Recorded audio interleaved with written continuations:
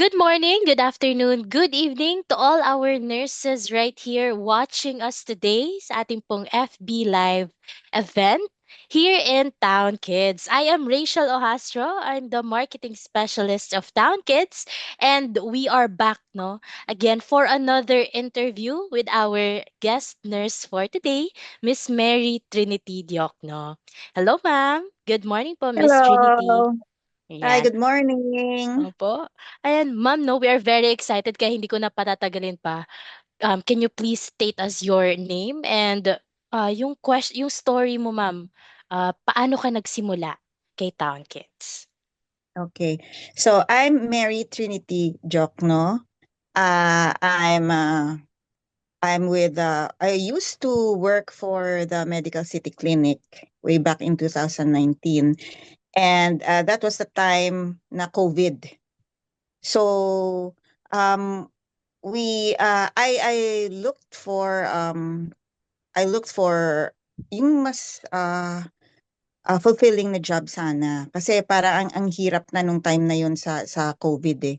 So I browsed through Facebook, and then I saw this advertisement ng Town Kids. Tapos I thought na parang this is too good to be true kasi they're going to sponsor nurses from the Philippines and with their families also. And hindi lang yun working visa, hindi lang H-1B. Mhm. It's immigrant visa, as in permanent resident visa pa talaga with the whole family. So sabi ko, too good to be true to. Scam kaya to. So sabi ko, I've got nothing to lose anyway. So sabi ko, para ma-practice ko na rin yung nursing ko at syempre to fulfill my American dream also. Because way back, 2009, 2010, I took the NCLEX and then I took the IELTS. And thank Mhm. God I passed. And yun, I was planning to go to the US. So I went to the US on my tourist visa dahil yung mga friends ko dito sa US, sabi nila pumunta sila tourist visa, nag-apply sa agency, natanggap naman. Pero that was way back, mga year 2000s, 2005, mga ganyan. But this Mhm. time, when I applied, si President Obama ang president ng US noon, and there was recession and retrogression. So, meron siyang directive sa mga nursing homes, facilities, and hospitals na never to accept foreign graduate nurses during that time of recession and retrogression. So, kahit anong apply ko sa mga agencies dito, kasi New York yung license ko eh. Nag-apply ako sa New York, walang tumanggap sa akin, walang agency, walang hospital, walang nursing home na tumanggap sa akin, Mhm. kahit kompleto yung papeles ko. So, umuwi ako ng Pilipinas, tapos doon, na-stroke din yung husband ko, so I had to stay, I had to look for work again. I applied to pharmaceutical companies and worked there, and then later on, I applied to Medical City. So, when I was in Medical City, COVID na yon. And yun nga, ang hirap ng buhay talaga noon. Sabi ko, paano ba kami magsusurvive ng family ko dito since ako na yung breadwinner. Tapos yung Mhm. husband ko, he was bedridden. He had a very massive stroke. So, yun, nakita ko yung town sa Facebook. Sabi ko, too good to be true. Legit ba to? O baka scam to? Anyway, I've got nothing to lose. I applied, and then later on, they got in contact with me. Tapos sabi nila, they will shoulder everything. Tapos sabi ko, ano ba to? Parang totoo ba to? Or parang ano ba to? Scam ba to? Parang anyway, sabi ko, sige, go. So, binigyan nila ako ng list of requirements. Tapos, yun, inaano ko naman lahat ng requirements, sinubmit ko naman. Tapos, true enough, they fulfill their promise. Nakikita ko sa CGFNS na credentialing, everything there was paid for by our president, Mr. David Mhm. Griezmann. So, sabi ko, oh my God, this is a prayer answered. Sabi ko ganun. So, and then, ayun na, embassy interview. Tapos, ang alam ko, lahat sa batch namin, we passed the embassy interview eh. Tapos, yun na yun, binigay na yung ticket, ganun lang kabilis. yun talaga yung totoong premium processing ni Town. Ganun kabilis. Tapos, nandito na ako sa New Jersey. I was already um, assigned to patients and doing my job as a Mhm. USRN. Actually, yun nga rin yung most questions talaga from a lot of our nurses po ni Town Kids. Kasi nga, too good to be true daw po ang offer ni Totoo. Town Kids. And Mm-mm. siguro, dito na rin papasok, ma'am, no, yung trust din po na ibinigay ninyo kay Town, una pa lang. And so, Mm-mm. with this, Mm-mm. ma'am, what, in your personal opinion, ma'am, how do you Mm-mm. think working with a DMW licensed agency safeguard Mhm. you and all other nurses out there, ma'am, from risk and misinformation? Mm. Ito na-prove ko talaga na si Town talaga is legit. Kasi nga, Mhm, DMW stands for Department of Migrant Workers. Yun mhm, yung department na nagpo-protect ng mga OFW. Yun yung department na nagli-legally recruit na they make sure na yung employer legally recruits and deploys Filipino workers for overseas jobs. And they comply, DMW na mga employers, they comply with the strict Philippine government regulations designed to protect the welfare of all OFWs. So, authorized sila, licensed to recruit, process, and deploy workers for overseas employment. May protection tayo against illegal recruiters. We have verified job orders na legit talaga. And they abide by the compliance and safety. So, kaya tayo, pag nirecruit tayo ng DMW na employers, dumadaan tayo sa PDOS, yung pre-departure orientation seminars. Ayun. So, legit siya talaga. So, you are protected, safe ka, na you're in good hands. and with this, ma'am, can we say na talagang nag-guide po kayo in your journey, ma'am, from the start, una pa lang, up until now? Sobra. As in, grabe yung guidance. As in, very hands-on si Town. Very hands-on. Ah, kung yung nag-orient sa is galing from here in New Jersey, naka Zoom or naka Teams kayo. Mhm. As in step by step. Hindi ka nila bibitawan talaga. That's good to know din, ma'am, no, na na-share Mm. niyo rin po yung how you are guided by Town Kids. And in terms Mm-mm. of guidance naman, ma'am, in what ways did the guidance and training, most Mm-mm. specifically, that you received set you up for success, ma'am, in patient care? Okay. So, yun naman when it comes to guidance and training, um dun pa lang sa US Embassy pa lang, as Mm, in si Attorney Hannah, very hands-on. As in like one-on-one, i-guide ka niya step by step. I-make sure niya na lahat ng requirements mo, lahat ng documents mo complete, na kahit anong hingin ng US Embassy sa'yo, nandun. Nandun lahat sa folder mo. So is isa na 'yon. Hindi ka talaga maliligaw, hindi ka mawawala talaga sa sa interview kasi step by step gina-guide ka ng attorney ni Town. So doon naman sa training and yung mga classroom trainings namin, nataon kami sa COVID eh.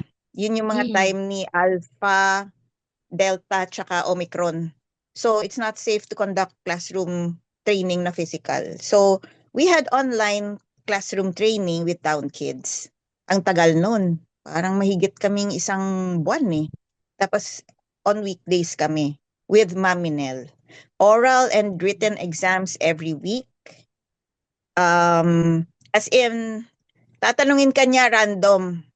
Random talaga. So, kailangan nakatutok ka talaga sa screen sa sinasabi niya at tinuturo niya. Kasi pag tinuro niya random, tapos hindi ka makasagot, nakakahiya, di ba? So, ayun. So, hands-on training with Ma'am Minel also sa training venue near sa UST. Pupunta din kami doon. mm. Kompleto din. Nandun yung hospital bed, nandun yung dummy na patient, nandun yung mga aparatus, device, mga gadgets na gagamitin mo when you get to the US. Kompleto. So, ayun, magpe-present ka sa kanya kung anong gagawin mo dun sa patient na nakahiga, yung ganun. As in, grabe talaga, ang strict din. Tapos, hands-on training again with Ma'am Jenlen dito Mm. sa headquarters sa Howell, New Jersey before you get assigned to your patients. And once you get assigned to a patient, shadowing muna. As in like 2 shifts or 3 shifts na shadowing yun para comfortable ka. Para hindi ka lutang, alam mo talaga kung anong gagawin mo sa patient. And ang babait din at ang gagaling din ng mga nurses natin na tenured na nauna sa Mm. akin. Tinuturuan ka din talaga as in like step by step. As in like hindi lang titingin ka, no? As in, eto, gawin mo. Parang, di ba? Parang, gagawin ko na to. Sige, okay. Kahit nanginginig ka pa kasi bago ka pa lang eh. So, yung mga ang tagal mo nang walang nursing experience. Kasi kunyari, like, 5 years, 10 years ka na walang nursing experience. Tapos biglang hisaba ka sa patient na American patient. So, di syempre, may mga G-tube sila, meron sila kompleto, trach vent, lahat. Nagbi-beep. So, kakabahan ka. Bakit? Ano to? Nagbi-beep to. Yung gano'n-gano'n. Tapos, hindi, wag mong anuhin yan. Magbi-beep lang yan pag ganito, ganyan-ganyan. Okay. So, tuturuan ka. Later on, habang natututo ka, nagiging comfortable ka. So, ayun. Parang, ano ka na, nasa comfort zone mo na ikaw. Parang alam mo na yung ginagawa mo. Hindi ka na kinakabahan. Yun yung ganun. Ang Mhm. laking tulong ng shadowing talaga.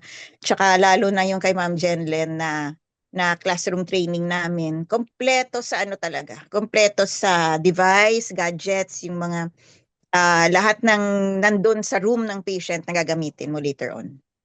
So talagang na-prepare kayo ma'am 'no in your training bago kayo ma-assignan Mm-mm. talaga ng patient. And speaking of Mm-mm. patient ma'am, do you have a message 'no or any hope or inspirational message for your patient ngayon? Mm-mm.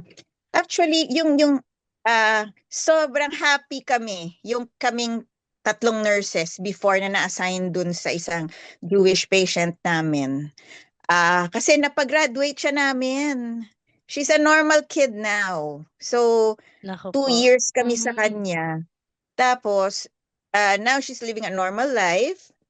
I guess wala na yung G-tube na, tinanggal na. Tapos, she's going to school now.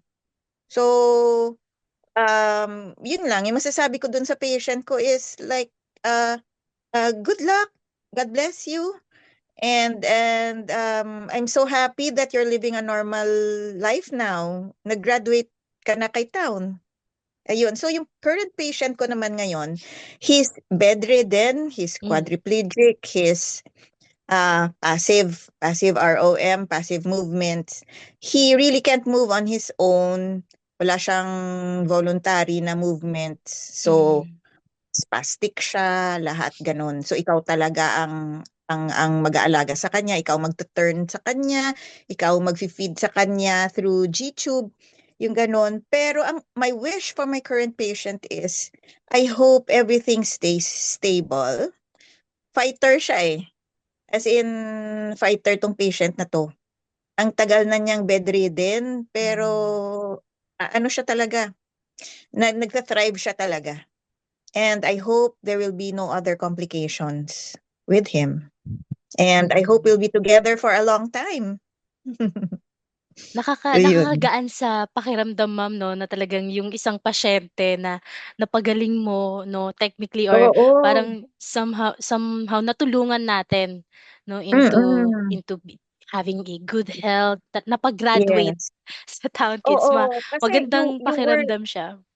totoo, you were there through her worst moments eh. Mhm. Yung grabe talaga, yung tipong ang baba-baba ng sugar niya, yung Mm. parang wala lang siya, nakaganon lang siya, yung ganon, parang yung mga babantayan mo sa kanya hanggang sa grabe, gumaling siya talaga.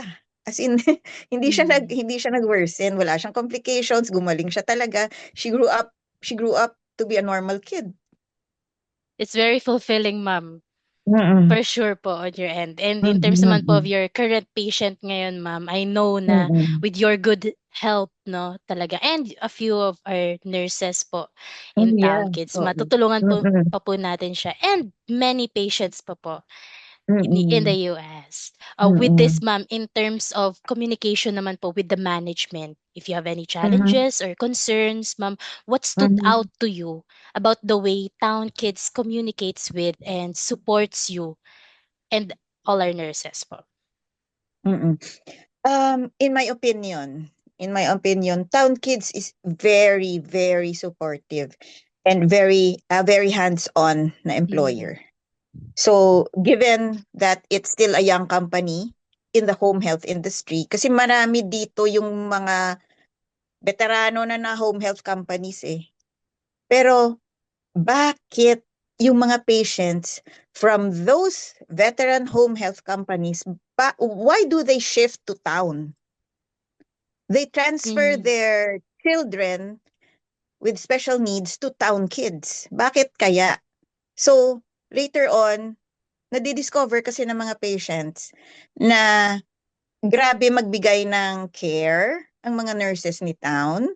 Tapos they always go the extra mile.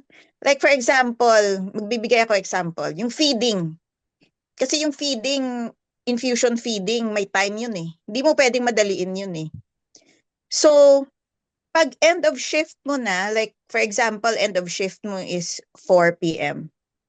Kung ibang agencies yan dito or ibang home health na agencies dito yan, yung mga nurses nila, hindi natatapusin, hahayaan na natapusin ng parent yung feeding. Mm. O ikaw na dyan, tapos na yung shift ko eh, bye.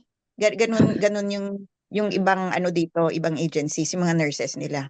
Tapos na yan eh, or ay hindi ko na to gagawin yung ano, yung ganitong procedure kasi tapos na yung shift ko eh. So, mommy, daddy, ikaw na gumawa ng procedure na yan kasi tapos na yung shift ko eh. Pero yung mga town nurses, I'm speaking for myself and for the kapwa nurses ko that I've worked with, we have all extended yung services namin beyond end of shift. And we have done extra mile for the patient. Like, oh, kung ano oras matatapos yung feeding, o sige, antayin ko.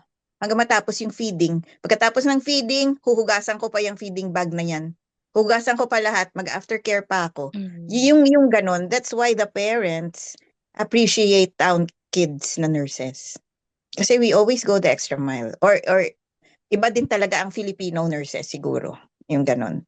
Tapos, when it comes to communication naman, we get consistent updates via emails, meron din group chat si town, may text messages.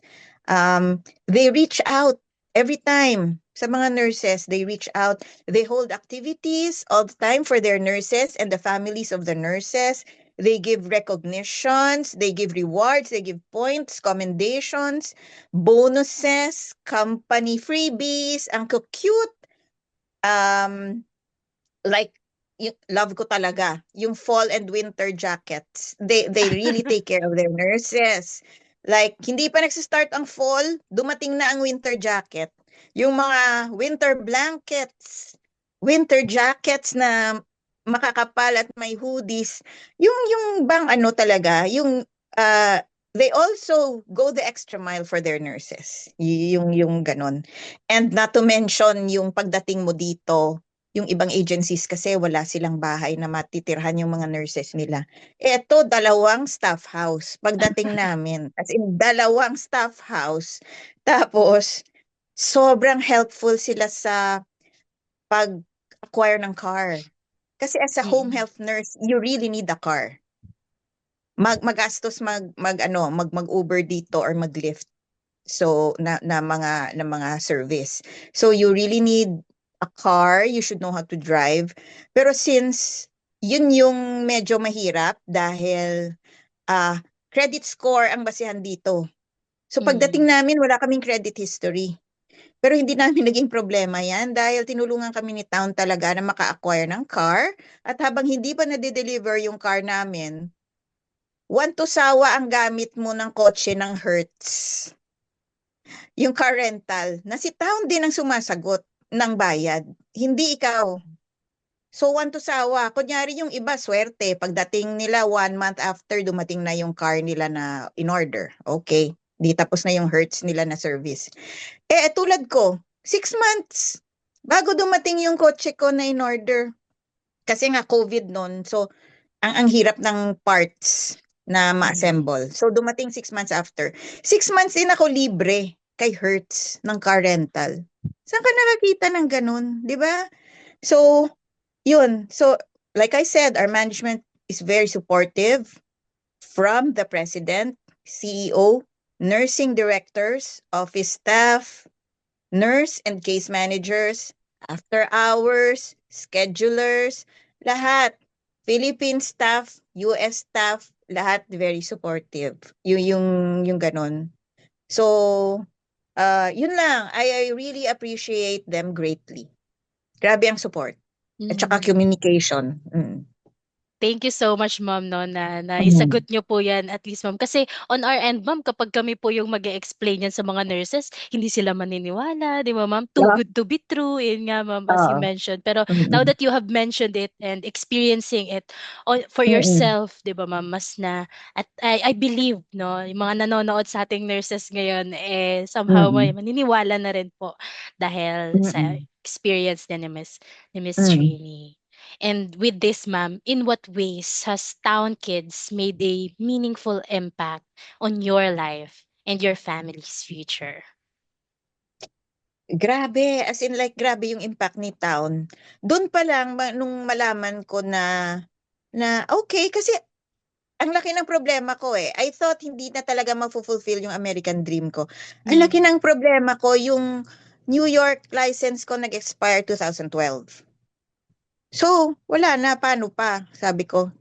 Sabi ko, dito ko talaga matetest si Town kung kaya nila tong problema ko.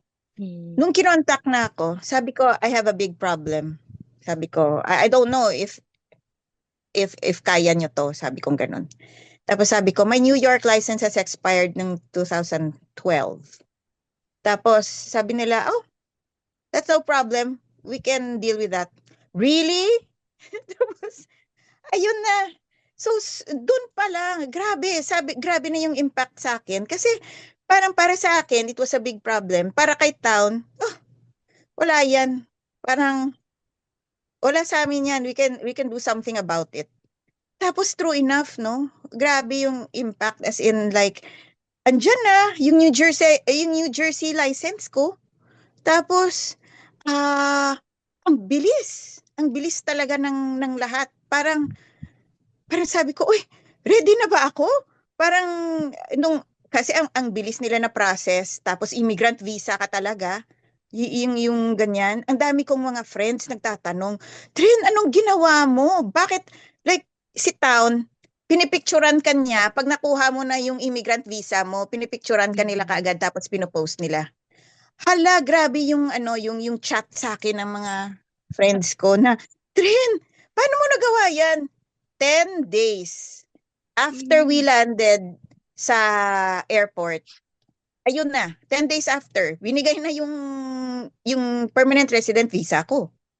Yung ganun, parang, so, doon, grabe yung impact talaga. At saka, syempre sa family ko, since sa Philippines pa lang, na-stroke na yung husband ko. As in, 2 heart attacks, major heart attacks, and 5 major strokes. So, Mm. wala na. He cannot work anymore. Ako na talaga ang magwo-work for the whole family. So, grabe yung oh my God, naiiyak ako. Grabe yung help ni Town sa amin. Sobra. Grabe ako ka-grateful kay Town talaga. Ay, naku. Ba yan? Iiyak ako. That's okay, ma'am. Sobrang thankful talaga for this opportunity. Sobrang huge yung impact ni Town sa akin. Yun, ganun talaga. Sinapaiyak ako. Kasi, ibig sabihin, ganun kalaki yung impact ni Town sa buhay namin. Of course, ma'am, no. We are, of course, also very grateful din, ma'am, na for Mm-mm. you that you have trusted Town Kids right from the very start. Talagang Mm-mm. pinagkatiwalaan mo po si Town Kids na tulungan ka din no? And right now, ma'am, mas lalo pa pong tinutulungan niyo si Town Kids, lalo na nabalitaan ko din po, no, that you have stayed or extended your stay dito po kay Town Kids. So with that, Yes. of course, ma'am, thank you Mm-mm. so much din po for that big Mm-mm. decision. Actually, ma'am, 70% ngayon, no, ng mga nurses ni Mm-mm. Town Kids has Mm-mm. extended their contract, and it is really an industry leading number, no? With this, ma'am, why do you think nurses or you extend their contract po with Town Kids? Um, First of all, dahil sa sobrang grateful ako kay Town talaga. Kasi Town Kids is a genuine and authentic na company in dealing with their nurses. I'm speaking for myself. Mm. And I've also talked with fellow nurses na they also are very grateful for Town for what Town has done for them and their families. They're very supportive. When you get here, you have a place to live. You have a place to adjust first before you bring in your family. You have car assistance. You you got swift processing of documents and your immigrant visa.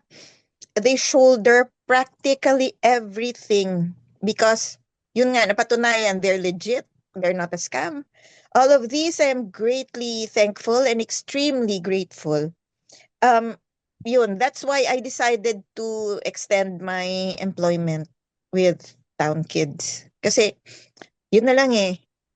Grabe talaga. Sila talaga yung ano, para sa akin, answered prayer.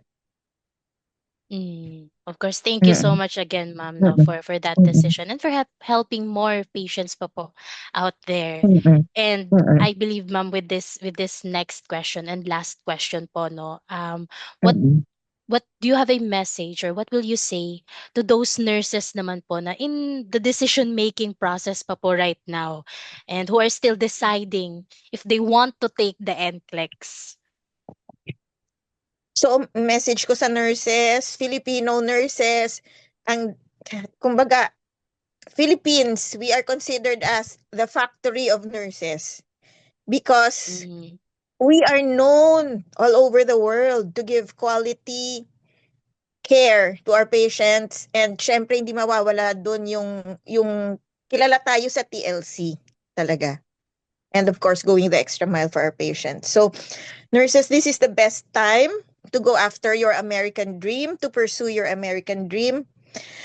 We have to start somewhere, 'di ba? Like I started before, so syempre baka nung time na yun hindi pa talaga para sa akin, hindi pa destiny talaga. Pero I tried again, and then here I am now. The rest is history. So I'm encouraging all of you to start. We have to start somewhere. This is the best time to start. You and your family will have a much better future here. We have nurses here, no? They have kids with special needs. And not only kids with special needs, they also have kids with autism. mm, And America is very supportive of children with special needs. And not only children with special needs, your normal kids also. They America is very supportive. So rest assured na yung patient yung kids nyo will have a very good future here in the US. Or you also. Or if wala ka namang kids and you're supporting your parents, so yun din ang laking tulong din if you're here. And yun nga, you're going to have a much better future here. The USA is still greatly in need of Filipino nurses like us who give quality care and TLC.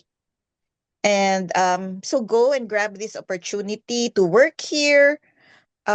Your bright future with your family starts now. And I would like to specify, no, na kahit may retrogression, Um, kahit yung ibang agencies nag-freeze hire na, nag-stop na ng hiring nila, Town Kids hasn't stopped deploying Filipino nurses in the US. As in like, grabe pati yung mom ko, oh, grabe oh si Town, oh may pinadala na naman na, oh bagong batch na naman. Tapos next month bagong batch na naman. Hindi ba kayo affected ng retrogression diyan? Sabi ko, parang hindi eh. Hindi. We still have nurses coming Mm. in from the Philippines na while all other agencies have stopped. Yung ganon. Tapos premium processing pa rin yan. As in, sabi ng mami ko, bilib ako. Sabi ng mami ko. Kaya kahit yung ano, yung family ko talaga bilib kay Town talaga. Kaya ayun, happy din sila na I extended Mm. my nursing care with Town. So That's yun. good to hear, ma'am, no, na pati yung mga Mm. family, pati yung mom niyo, ma'am, natutuwa din po Ay, kay very Town grateful Kids. din. Mm. Mm. With that, ma'am, would you like to shout them out? May message po ba kayo to all your friends, your family po? Ay, Shout oo, out, oo, ayan po. oo. Hi, kung nakikita niyo to, nakakahiya, umiyak ako. Pero I'm just grateful and thankful to Town Kids, no? Hello, Mommy Vicky, my family in Bacolod City, and my brother and my sister there and their families too, and my husband, my kids, Meg and the fourth in Manila, and my husband's caregiver, Dang and Oman. Uh, Shout out sa inyo. Thank you for helping me taking care of my husband. Salamat sa inyo lahat and salamat din kay Town Kids. Kasi kung wala si Town Kids, di syempre wala ako dito. Hindi ko ma-help yung family ko sa Philippines. Ayun. Thank you. And of course, thank you as well din, ma'am, no, for all your help, no, for your Mm-mm. trust and support din po kay Town Kids in Mm-mm. all throughout your journey po in the Mm-mm. US. And thank you, ma'am, for accepting this interview invitation with us. I believe Siyempre, kayo pa ba? marami pong nurses ngayon ang talaga pong na-inspire with your story today. Thank you so much for Mm-mm. opening your heart, ma'am, for telling us your story. And Mm-mm. with this, ma'am, no, I believe this is the end of our interview. Thank you Mhm. so much, everyone, for watching today's interview with Miss Trinity. Again, I Mm. am Rachel Ohastro, Marketing Specialist of Town Kids, at magkita-kita po tayong muli sa ating next interview. Bye bye po, everyone. Bye.